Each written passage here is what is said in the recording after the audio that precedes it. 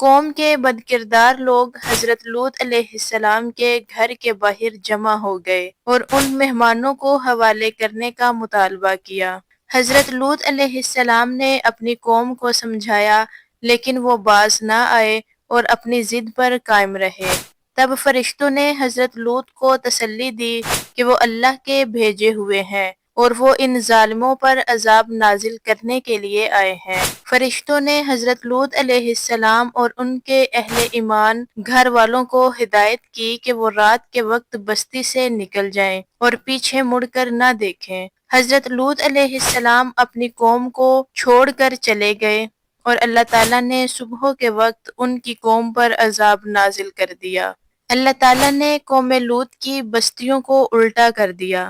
حضرت جبریل علیہ السلام پوری بستی کو زمین سے اٹھا کر آسمان کی طرف لے گئے اور پھر اسے الٹا کر زمین پر پھینک دیا۔ ان پر مٹی اور کنکر کے پتھروں کی بارش کی گئی، جس سے سب لوگ تباہ ہو گئے۔ ان کی بستیوں کو ایک شدید زلزلے نے ہلاک کر کے رکھ دیا اور پھر انہیں پانی میں غرق کر دیا گیا۔